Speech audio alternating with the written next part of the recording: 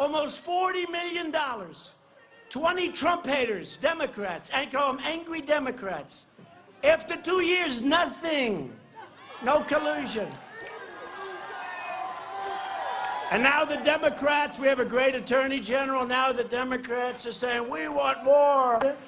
For the people of our country, it's time to stop this nonsense. Right before the House Judiciary Committee voted to hold the Attorney General in contempt, the White House invoked executive privilege. In a letter to the President from the Attorney General, William Barr wrote this to him. In these circumstances, you may properly assert executive privilege with respect to the entirety of the Department of Justice materials that the committee has demanded, pending final decision on the matter. As with President Clinton's assertion in 1996, you would be making only a preliminary protective assertion of executive privilege designed to ensure your ability to make a final assertion, if necessary, over some or all of the subpoenaed materials. The House Judiciary Committee voted 24-16 to recommend the House hold Attorney General William Barr in contempt of Congress. But the point is that every single day, whether it's obstruction of having people come to the table with facts, ignoring subpoenas and the rest, every single day, the president is making a case. He's becoming self-impeachable. There can be no higher stakes than this attempt to arrogate all power to the executive branch away from Congress, and more important, away from the American people. We've talked for a long time about approaching a constitutional crisis. We are now in it. Yes, we are. I'm Barry Gordon. And I'm Andre Coleman. And this is NewsRap, live at 5.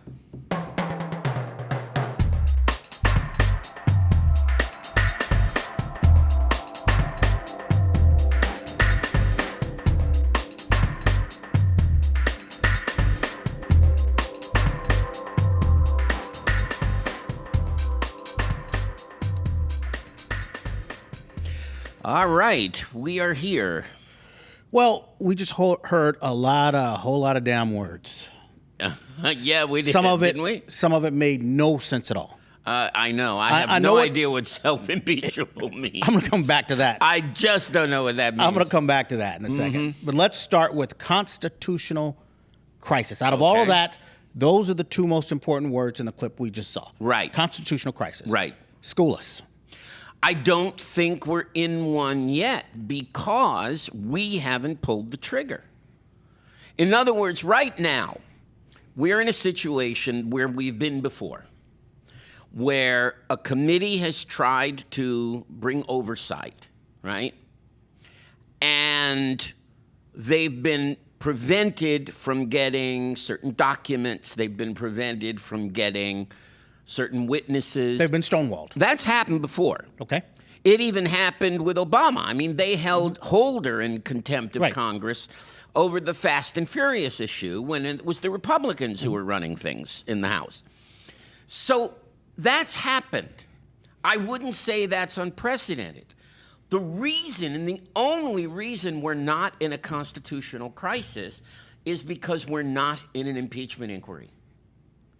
If this happened in the context of an impeachment inquiry, we would be in a constitutional crisis, because then you would say the executive branch is keeping the legislative branch from doing its constitutional duty to hold the president accountable. I'm going to disagree with you. Okay. But in a completely different way you're not expecting. Oh, that's what you usually do. So go ahead. We are in a constitutional crisis. Mm-hmm.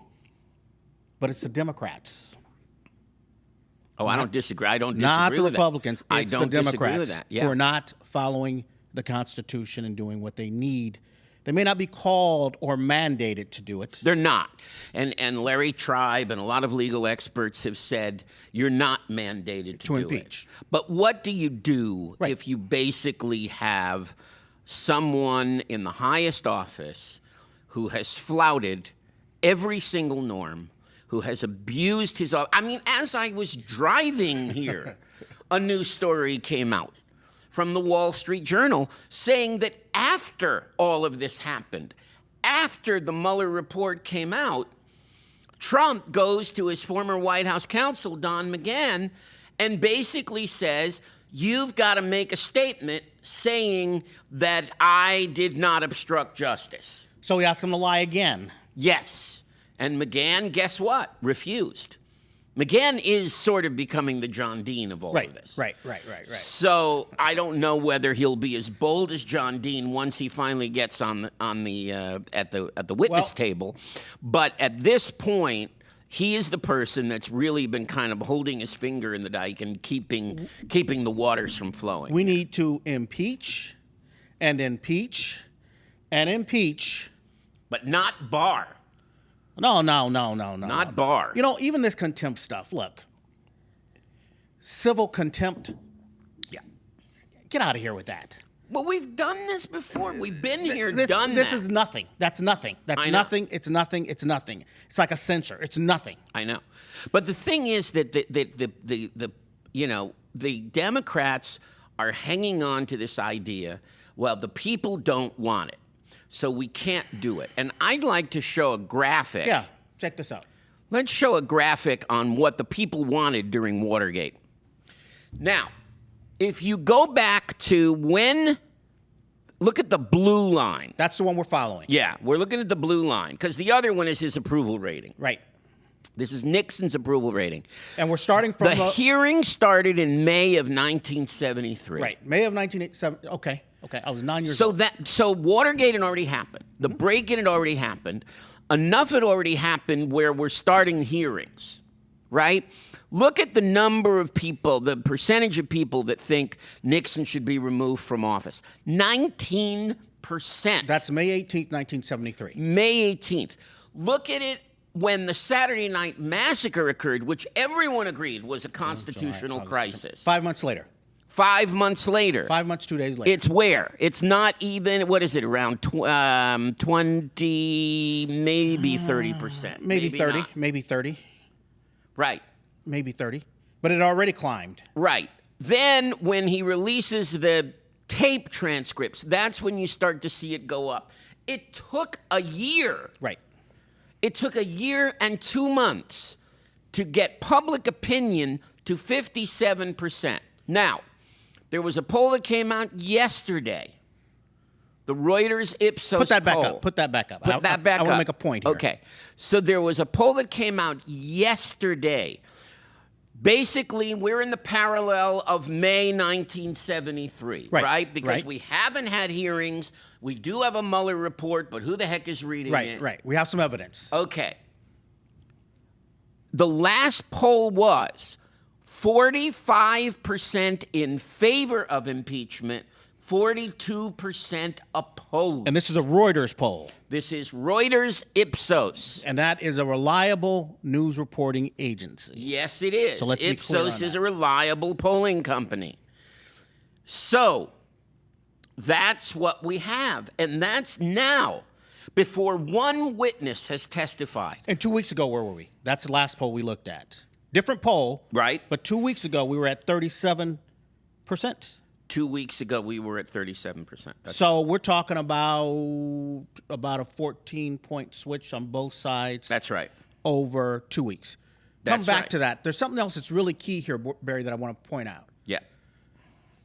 Look at Nixon's approval rating when this started. Yeah. What is he at about? He's spiking around high 60s or maybe, That might even be 70%. It could even be 70%. So when they educated the people, a president who started at 70% left office at 24%. That's right. Because they educated the people. That's right. Now, Donald Trump has never been anywhere near 70%. Right. But I think that's key here too. Is his approval rating, and they still were able to educate the people enough to deal with this. Because it's all about education. No one is no one but you and I and all of the political junkies are watching MSNBC right now. But we're not doing it. Yeah, the drum is beating there, but that's it. Let me make a point. But at this point, all the Woodward and Bernstein reporting had been done. And he was still hovering at 70% approval rating. That's right. That's what's key. That's right. I've got a friend who just commented. I haven't seen his name before. I didn't know he was a viewer. Oh, Mark Mastromateo. Mark Mastromateo. Thank you, Mark Mastromateo. And, sorry, Mark. And take it. It says, lack of courage among our elected representatives.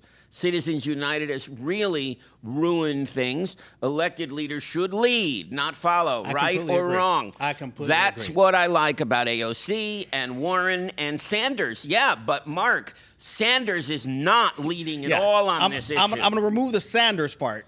What he's saying, the Everything last thing else, he said was, no, it's going to be, we should be focusing on climate change and we should be focusing on, first of all, let's put that aside. Nothing is going to happen legislatively right now. No. It's just not going to happen. Well, McConnell has already said the Senate is graveyard. And the fact that Pelosi says, well, we can still, make an infrastructure deal. We can still make this deal, that deal. She's not thinking about the fact that we do have, if not a constitutional crisis, we have a person who has to be held accountable. Easily. And how are we going to hold him accountable? Not by making infrastructure deals. Right. Not going to happen. I think, you know what? She's out of touch. It's fast becoming apparent she's out of touch what's going on in this country. Yeah. Because if she says that impeachment is going to divide the country, what the hell is she already looking at? Well, the country is divided already. Exactly. And it ain't going to come together if we don't impeach. No. It's not going to get any worse if we do. Some people will be unhappy. Some people will be happy. I don't care. And you know what? I'm going to watch the hearings like everyone else. Of course. And if at the end of that trial, I were to feel, you know what? The House managers who prosecuted it didn't make their case, then I wouldn't be in favor of removing him. Yeah. It's that simple. I think he's done enough in public that make me in favor of removing him. He's done enough for us to go in there and grab his ass and throw him out on the street.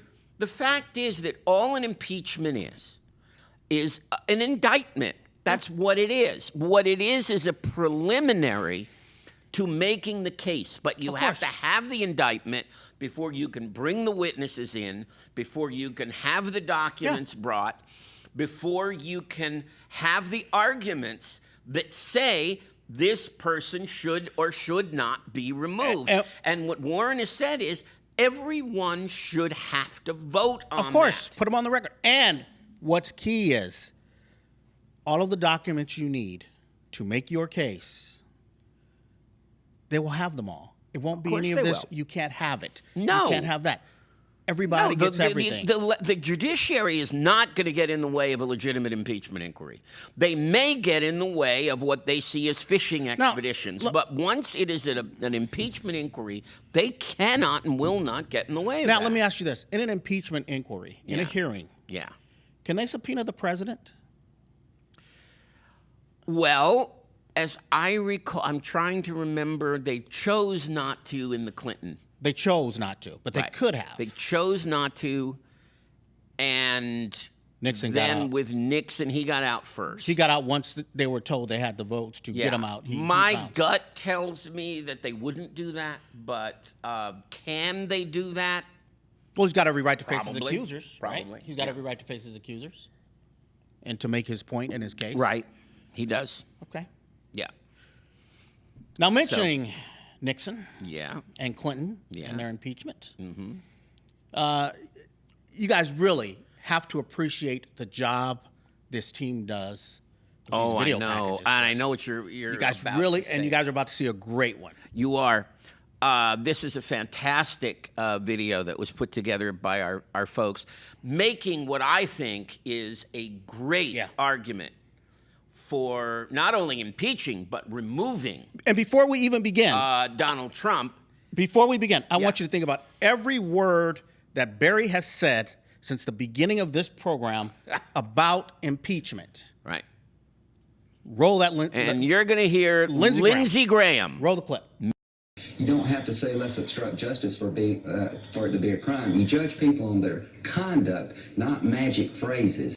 Article 3 of impeachment against Richard Nixon, the article was based on the idea that Richard Nixon, as president, failed to comply with subpoenas of Congress. Congress was going through its oversight function to provide oversight of the president. When asked for information, Richard Nixon chose not to comply, and the Congress back in that time said, "You're taking impeachment away from us. You're becoming the judge and jury. It is not your job to tell us what we need. It is your job to comply with the things we need to provide oversight over you." Who took the law, turned it upside down. Every time there was a crossroads, he put his personal and legal interest ahead of the nation. He's the chief law enforcement officer of the land. He encouraged people to lie for him. He lied. I think he obstructed justice. I think there's a compelling case that he has, in fact, engaged in conduct that would be better for him to leave office than to stay in office. That in our system, the Constitution was followed. The Senate ran the trial the way they saw fit for the American public. Every senator voted and expressed themselves in the way that will stand in history, and they'll have to be answerable for their judgments, as so will I. But at the end of the day, ladies and gentlemen, William Jefferson Clinton was cleansed today constitutionally. We all have our opinions of the president, but under our system, impeachment is hard. It was meant to be hard, and it's over. Because impeachment is not about punishment. Impeachment is about cleansing the office. Impeachment is about restoring honor and integrity to the office. I don't think, he's a good lawyer. All Nancy Pelosi He's a darn good lawyer. All Nancy Pelosi has to do is show that. That's all she has to do. Bring that back up and then freeze. I'm going to tell you where to freeze it. Bring that back up for a second. I need to ask you something here. Something struck me. All right. Bring it back up. But it may not be. Okay, here we go. Freeze it.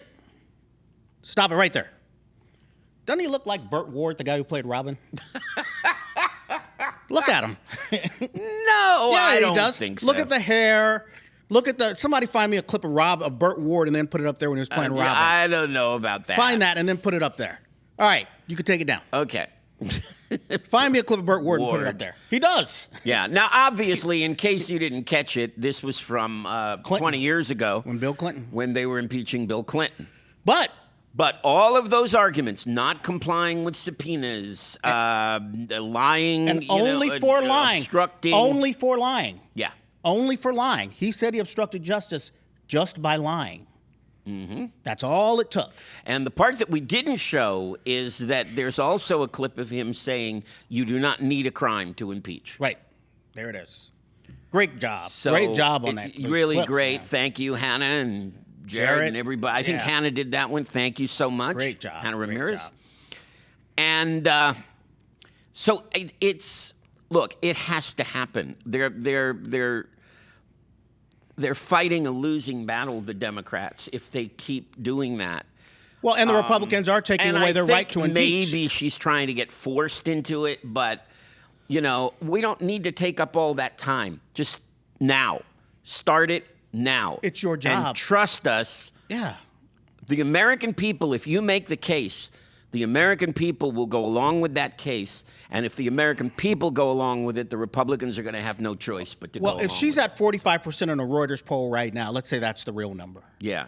That's about half the nation already. That's right. Within the margin of error to make it half the nation. That's right. With convincing and education and making their case, they can get this up easily to 60.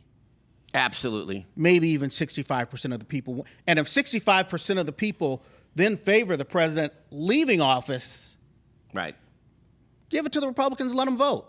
Absolutely. You tell 65% of the public that you co-sign on what he's doing. Yeah. And then you run for office. Put it in their laps. Absolutely. But we have to now give the American people something to understand. Of course. Of course. So, and what we need to understand is to spend a little time on our local stories. Yep. Then I'll get that Burt Ward photo and we can compare. Let's run our news brief. This is your NewsRap News Brief for Friday, May 10th, 2019. District 1 Councilmember Tyrone Hampton was sworn in as Pasadena's new vice mayor during the City Council meeting on Monday, May 9, 2019, a role which he will serve in until December 2020. The council had voted unanimously last December to elect Hampton to the appointed position. Addressing his constituents, Councilmember Hampton stated, I just wanted to let our neighbors know that because I'm vice mayor, the work that I've started will not stop at all. Well, the battalion activated last June. Then we did a service level exercise which prepared us for the deployment. Once we got on the deployment, we did several exercises with the Japanese, Korean, and Philippine militaries. And then coming back, it's been really, really nice. We had great reception from the city of Pasadena, and we really appreciate all the support that we received both upon return and during the deployment.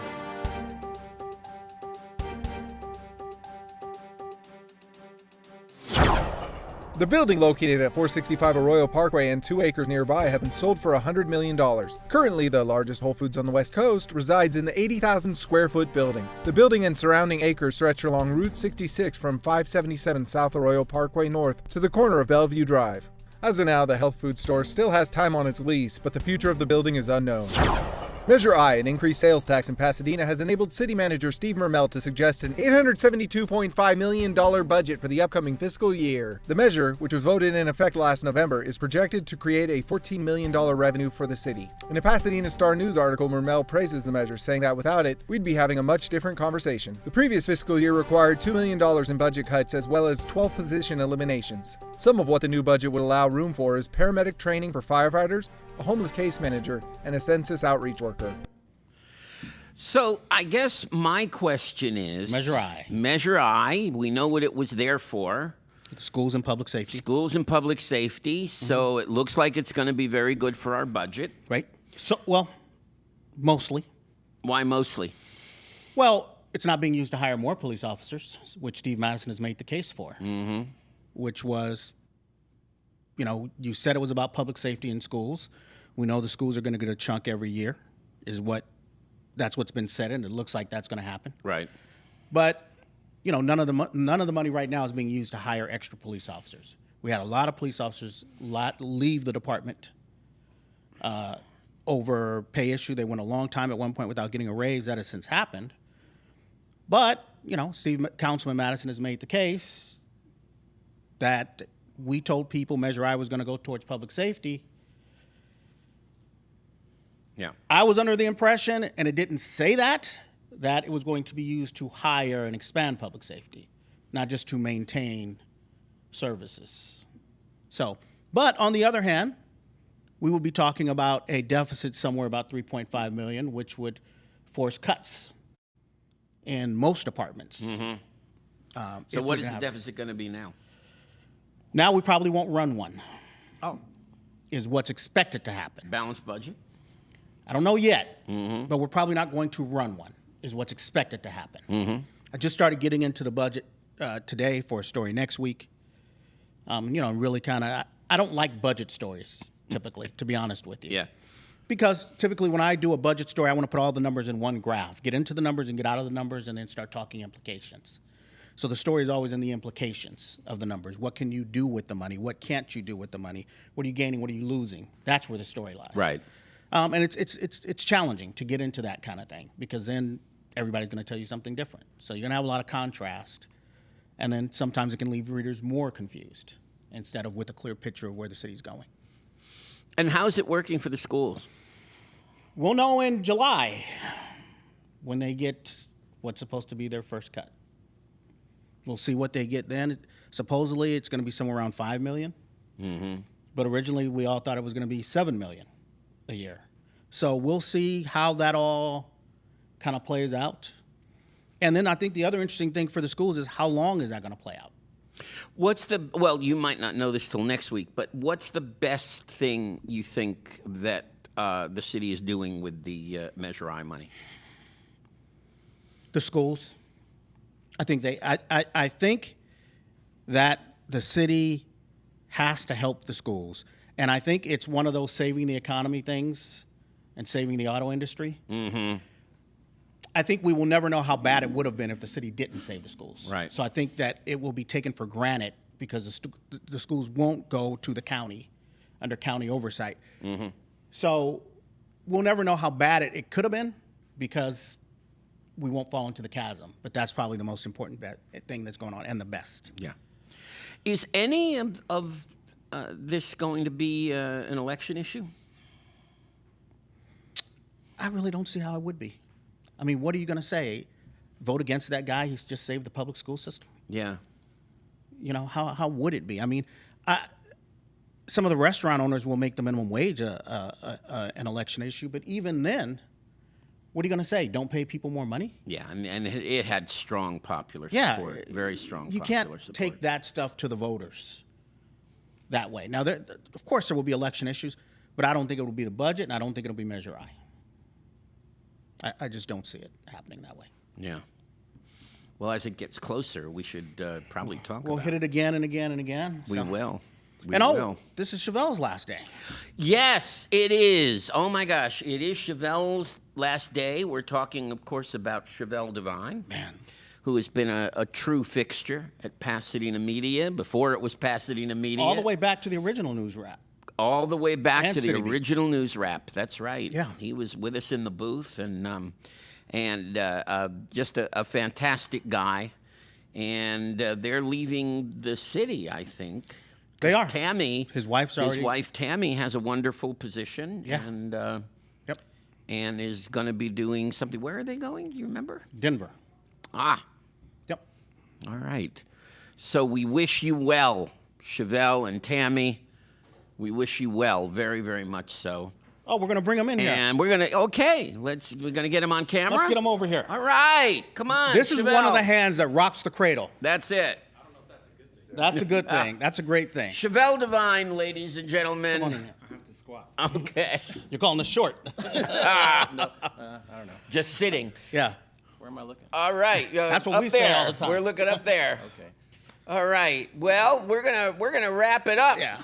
With our friend Chevelle, we wish you the very, very best. Chevelle. This show would have never gotten done without you. Never. That's right. I'm sure you'd have found a way. No, never. I don't think so. All right, that's it for us. We're going to move to Facebook All right. for a few minutes. Let's do it. And he's sneaking out. For Chevelle. That's it. I'm Barry Gordon. I'm Andre Coleman. That's and Chevelle. This is NewsRap, live at 5. Stick around.